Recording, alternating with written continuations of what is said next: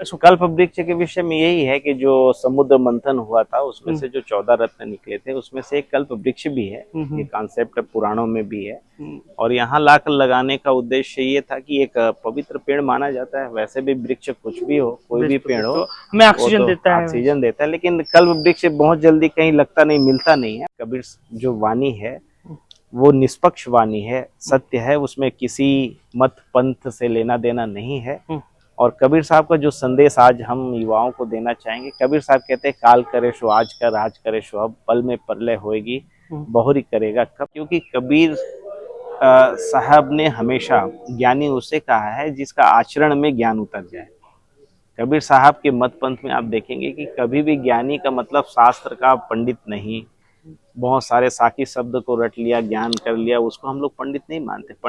अगर यही है कि काशी में ही मुक्ति है तो व्यक्ति जीवन भर कुछ भी ऐसा काम करे, कितना भी गलत करे, वो आके काशी में मरे मुक्त हो जाएगा। इसका कुछ अलग आध्यात्मिक अर्थ है जिसको लोगों ने एक जगह विशेष को बना दिया, जबकि ऐसा नहीं है। देखिए, कबीर साहब इसके माध्यम से संदेश देना चाहते थे कि मुक्ति की जो अवधारणा है या मुक्ति, काशी में मरने से स्वर्ग होता है और काशी में मरने से मुक्ति मिलती है, स्वर्ग की बात तो नहीं, मुक्ति मिलती है। तो कोई स्थान विशेष मुक्ति के लिए चिन्हित नहीं है। व्यक्ति का अपना कर्म, व्यक्ति का अपना ज्ञान, व्यक्ति की अपनी भक्ति, वो मायने रखता है। नमस्कार दोस्तों, आप सबका स्वागत है। आप देख रहे हैं जनता माइक। मैं हूं पीयूष और इस समय हूं मैं धर्म की नगरी, कबीर की नगरी काशी में। और अभी मैं जहां बैठा हूं ये है कबीर साहब का 700 साल वर्ष पुराना घर, जहां पर कबीरदास जी पले बढ़े और समाज में जो भक्ति आंदोलन का जो है यहीं से शुरुआत किए उस समय।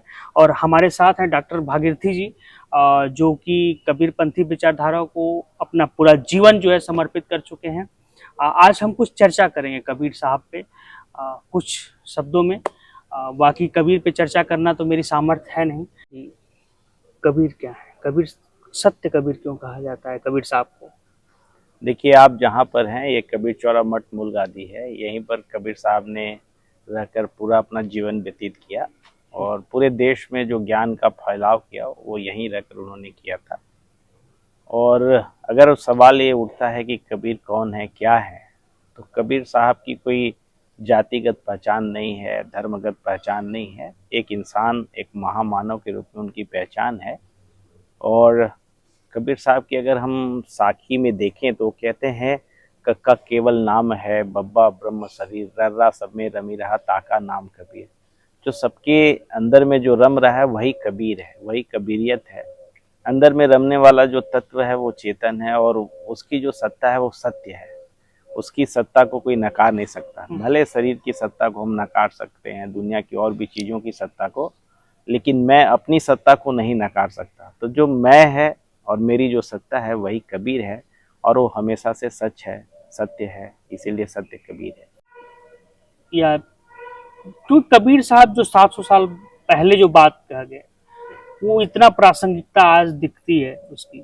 देखिए, कबीर साहब के अवतार के विषय में हम बात करें तो अलग अलग मत परंपरा है। बहुत से लोग कहते हैं कि कबीर साहब अवतार लिए लहरतारा तालाब में आए और उन्होंने एक संदेश दिया और इतनी बड़ी बातें किया, उन्होंने इतने सही यथार्थ बातें की।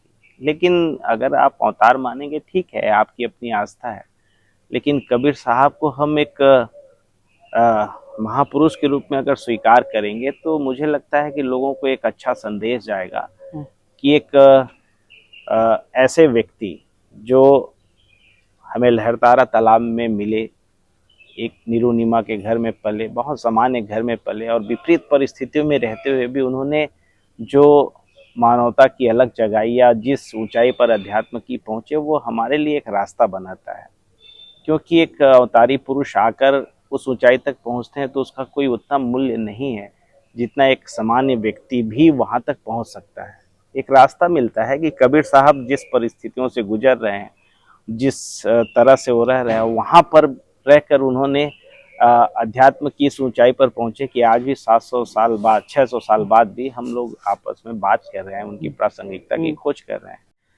अच्छा, कबीर साहब के लिए कितना कठिन रहा होगा वो वक्त, सोचिए, कल्पना। क्योंकि जो बनारस का ये कल्चर है उसको कट्टर हिंदू और कट्टर मुस्लिम का भी ये क्षेत्र है। तो उस समय उनके लिए ये जैसे मूर्ति पूजा पर चाहे मुसलमानों पे बोलना वो कितना कठिन रहा होगा उस वक्त निश्चित पे। रूप से एक कठिन दौर हमेशा रहा है। जो भी सच कहता है उसके लिए हमेशा कठिन दौर है, आज भी है। आज आप उतना सच नहीं कह सकते जितना कबीर साहब ने कहा है। एक समय एक धर्म विशेष का शासन था। मान लीजिए कबीर साहब जब थे तो इस्लाम का शासन था। वैसे समय में इस्लाम के विचारों परंपराओं का खंडन कबीर साहब ने नहीं किया। किसी भी चाहे वो हिंदू धर्म है, इस्लाम है, या किसी भी धर्म के जो सही बात है उनका खंडन कबीर साहब ने नहीं किया है। जहां तक बात आती है आडंबर की, तो आडंबर एक तरह से कुरीति है, किसी भी धर्म का कुरीति, और हर धर्म में आता रहता है, हर धर्म का है और परिष्कृत होता रहता है। तो ऐसे महापुरुष आते हैं जो उसको परिष्कृत कहते हैं। तो जो महापुरुष आते हैं वो सत्य कहते हैं। हम लोग उसको अलग तरह से देखते हैं कि वो खंडन कर रहे हैं, वो विरोध कर रहे हैं। कबीर साहब ने किसी धर्म का विरोध नहीं किया, खंडन भी नहीं किया। मैं तो ये कहता हूँ उन्होंने सत्य कहा जो वास्तव में होना चाहिए। इसीलिए कबीर साहब सत्य के वक्ता हैं, सच वो कहते हैं। और इसलिए शायद सत्य कबीर भी कहा गया। और सच कहने वाले जो है वो उनका आत्मबल होना चाहिए। अब देखिए कबीर साहब जिस तरह से ललकार कर बनारस की धरती काशी में वो कह रहे हैं, क्या पूरी दुनिया में वो उनकी बात जो जा रही है, जिन बातों को उन्होंने उस समय कहा, आप और हम आज लोकतांत्रिक देश में रहते हैं, यहाँ भी इस चौराहे पे खड़ा होकर कहने में हमारा डर हो जाएगा, हमारे अंदर डर पैदा हो जाएगा कि समाज के दूसरे वर्ग के लोग हमारे ऊपर हमला न कर दें। तो एक तरह से वो सत्य कहने के लिए साहस होना चाहिए जो कबीर साहब के अंदर है। वो जो कह दिया उसके लिए वो कोई उनको पछतावा नहीं, क्योंकि सच बात है। और जो संत ही ऐसा कह सकता है क्योंकि वो हमारे हित की बात कहते हैं। अच्छा, कबीर के जो राम हैं और दशरथ के राम हैं, कई बार इनमें भेद करना, इसमें क्या भेद है? देखिए ऐसा है, भेद अभेद की बात ही नहीं है। जब राम की हम बात कहते हैं तो राम कबीर साहब के यहाँ चेतन सत्ता की बात है। जो सब घट में बोल रहा है वही राम है। अगर उससे किसी हम आकार में बांधते हैं, किसी रूप में बांधते हैं, आप सब जानते हैं कबीर साहब निर्गुण की बात करते हैं और निर्गुण राम है। तो जो निर्गुण है, जिसका कोई रूप रंग नहीं है, तो फिर वो किसी एक फॉर्म में बंधेगा ही नहीं, कोई एक आकार में बंधेगा नहीं, चाहे उसको कोई भी नाम दीजिए, किसी घर में बताइए। अपने जीवन के पूरी यात्रा जो है बनारस में की, 100 साल लगभग यहाँ रहे और अंतिम समय मगहर में जाके मरे। तो इसमें वो क्या संदेश देना चाहते थे उसमें? देखिए कबीर साहब इसके माध्यम से संदेश देना चाहते थे कि मुक्ति की जो अवधारणा है, या मुक्ति, काशी में मरने से स्वर्ग होता है और काशी में मरने से मुक्ति मिलती है, स्वर्ग की बात तो नहीं, मुक्ति मिलती है। तो कोई स्थान विशेष मुक्ति के लिए चिन्हित नहीं है। व्यक्ति का अपना कर्म, व्यक्ति का अपना ज्ञान, व्यक्ति की अपनी भक्ति, वो मायने रखता है। अगर व्यक्ति के अंदर ज्ञान उदय हो चुका है, वो ज्ञानी बन गया है, उसके अंदर भक्ति पूरी जागृत हो गई है, उसका कर्म पवित्र हो गया है, तो दुनिया के किसी हिस्से में जाके मरे वो मुक्त होगा। और जब आप कबीर दर्शन का अध्ययन करेंगे तो कबीर साहब के यहाँ मरना मुक्ति नहीं है, शरीर का मरना मुक्ति नहीं है। वो मुक्ति तो जीवन के रहते मिलेगा, वो जीवन मुक्ति की बात करते हैं। उसको विस्तार में, और जीवन मुक्ति ये है कि हम जीते जी मुक्त हो जाएं, क्योंकि दुख की अनुभूति ही बंधन है। हम दुख में रहते हैं, दुखी होते हैं, बंधन महसूस करते हैं, और दुख से परे होना ही मुक्ति है। तो दुख की अनुभूति कब होती है हमें? जब हमारा जीवन है, जीवन के खत्म होने के बाद दुख की अनुभूति या किसी भी तरह की अनुभूति हमें नहीं होती। तो मुक्ति भी एक तरह की अनुभूति है, कि स्थिति है जहां पर हमको होना है, ठीक ना। तो जीवन मुक्ति, और कबीर साहब जीवन मुक्त थे। और जीवन मुक्त जो पुरुष होता है वो जहां जाता है वो मुक्ति उसके साथ रहती है। मुक्ति कोई स्थान में रखी हुई नहीं है। अगर यही है कि काशी में ही मुक्ति है, तो व्यक्ति जीवन भर कुछ भी ऐसा काम करे, कितना भी गलत करे, वो आके काशी में मरे, मुक्त हो जाएगा।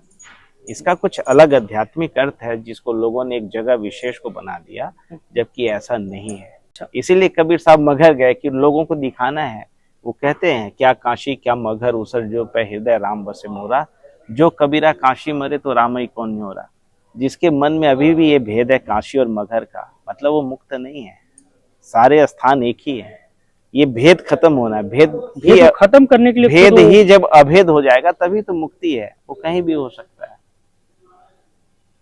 अच्छा, कबीर साहब जब उनका देहावसान हो गया तो कुछ लोग कहते हैं अगर आप मगहर में जाते हैं तो वहाँ पे एक साइड में मजार है और एक साइड में मंदिर है, का कॉन्सेप्ट है, तो वो क्या मतलब सच में वो फूल बन गए क्या? उनका जो मिट्टी थी जो। हाँ, ऐसी मान्यता है, हम लोग भी पढ़ते हैं, हम्म, शास्त्रों में यही लिखा है कि कबीर साहब जब मगहर गए और अंतिम समय में वो उन्होंने अपना निर्वाण को प्राप्त कर लिया, तो वहां पर जब झोपड़ी थी उसको खोला गया जहाँ कबीर साहब थे, तो उनका शरीर नहीं मिला, फूल और चादर मिला। और आज भी आप देखेंगे मगहर जब जाएंगे तो वहाँ एक तरफ मजार है जिसको उनके मुसलमान अनुयायी थे उन्होंने बनाया, एक तरफ हिंदू लोगों ने समाधि मंदिर बनाया। तो फूल और चादर को आपस में बांटकर उन्होंने बनाया, ऐसा है। और ये परंपरा से कहानी चलती आ रही है। और इसमें केवल कबीर साहब की ही नहीं, बहुत से ऐसे संत महापुरुष हुए हैं जिनके शरीर नहीं मिले, जिसमें मीराबाई का नाम आप सब जानते होंगे। अच्छा, मीराबाई का भी शरीर नहीं मिला। नामदेव जी का नाम आपने सुना होगा, ऐसे मोहम्मद साहब का नाम सुना। बहुत से ऐसे महापुरुष होते हैं जिनका शरीर अंतिम समय में नहीं मिलता। इसके पीछे बहुत गहरा रहस्य है जिसको हमें जानने की जरूरत है, समझने की जरूरत है। अच्छा, इसमें एक बात हमारे कबीर को लोग मानते हैं, लेकिन कबीर की नहीं मानते हैं लोग। बहुत सारे जगहों पे मैं देखा हूँ, लोग कबीर को तो बहुत मानेंगे, लेकिन कबीर साहब ने जो कहा है, जो मैसेज दिया है, तो कहीं न कहीं कबीर को जीवन में चरित्र में उतारने की जरूरत है। समस्या है हाँ। ये सभी धर्मों के साथ, सभी मत पंथों के साथ है हम्म, कि कोई भी महापुरुष जो अपना संदेश देकर जाते हैं, उनके संदेश को लोग बाद में समझ नहीं पाते और वो फिर उसी चीजों में फंस जाते हैं जिसका विरोध होता है। इसमें हम लोग भी हैं, इसमें कोई दो राय नहीं है। कबीर साहब की मानने वाले लोग कम हैं, लेकिन है, क्योंकि कबीर साहब ने हमेशा ज्ञानी उसे कहा है जिसका आचरण में ज्ञान उतर जाए। कबीर साहब के मत पंथ में आप देखेंगे कि कभी भी ज्ञानी का मतलब शास्त्र का पंडित नहीं, बहुत सारे साकी शब्द को रट लिया, ज्ञान कर लिया, उसको हम लोग पंडित नहीं मानते। पंडित का मतलब है कि कबीर साहब का एक साकी भी जिसके जीवन में उतरा है वो ज्ञानी हम लोग कहते हैं, उसको कबीर साहब का असली भक्त कहते हैं। और निश्चित रूप से इसमें कमी आई है। पहले परंपरा में जो लोग होते थे वो कबीर साहब की वाणी को जीवन में उतारने वाले साधक ही होते थे, साधना करते थे। लेकिन अब धीरे धीरे थोड़ा सा बदलाव हुआ है, लेकिन अभी भी लोग हैं जो कबीर साहब के विचारों को अपनाने की कोशिश करते हैं, इसमें कोई दो राय नहीं। चलते चलते हमारे दर्शकों को कबीर साहब का कोई संदेश जो आप देना चाहते हैं? जी, देखिए, कबीर साहब के माध्यम से अगर कोई मुझे संदेश देना है लोगों को, तो मैं यही कहूँगा कि कबीर जो वाणी है वो निष्पक्ष वाणी है, सत्य है, उसमें किसी मत पंथ से लेना देना नहीं है। और कबीर साहब का जो संदेश आज हम युवाओं को देना चाहेंगे, कबीर साहब कहते हैं काल करे सो आज कर, आज करे सो अब, पल में प्रलय होएगी, बहुरी करेगा कब। तो कबीर साहब कहते हैं कि जो कुछ भी करना है हमको शुरू करना चाहिए। कल पे टालने वाले लोग कभी सफल नहीं होते जीवन में। तो जीवन में अगर सफलता चाहिए, चाहे वो आध्यात्मिक हो, भौतिक हो, या किसी भी तरह की सफलता हो, उसके लिए आपको शुरू करना होगा आज से ही, यही उनका संदेश है। डॉक्टर साहब भागवती जी हमारे साथ जुड़े, हमारे दर्शकों को कबीर के बारे में बताए, और तमाम चीज़ें जो हम लोग पढ़ते आए थे उसको आपने उसको साकार रूप में बताया। और हम इस समय खड़े हैं कबीर साहब के मंदिर में, जो आप पूरा दृश्य विजुअल देख सकते हैं। बड़ा ही अद्भुत और एक रमणीय स्थल है जो हृदय को और मन को शांत करता है। महाराज जी, एक ही कल्प वृक्ष के बारे में, यहाँ पे कल्प वृक्ष देखिए, कल्प वृक्ष तो आप पेड़ के बारे में तो जानते हैं। नहीं, थोड़ा दर्शकों को ये हम कल्प वृक्ष के विषय में यही है कि जो समुद्र मंथन हुआ था उसमें से जो 14 रत्न निकले थे उसमें से एक कल्प वृक्ष भी है। ये कॉन्सेप्ट पुराणों में भी है।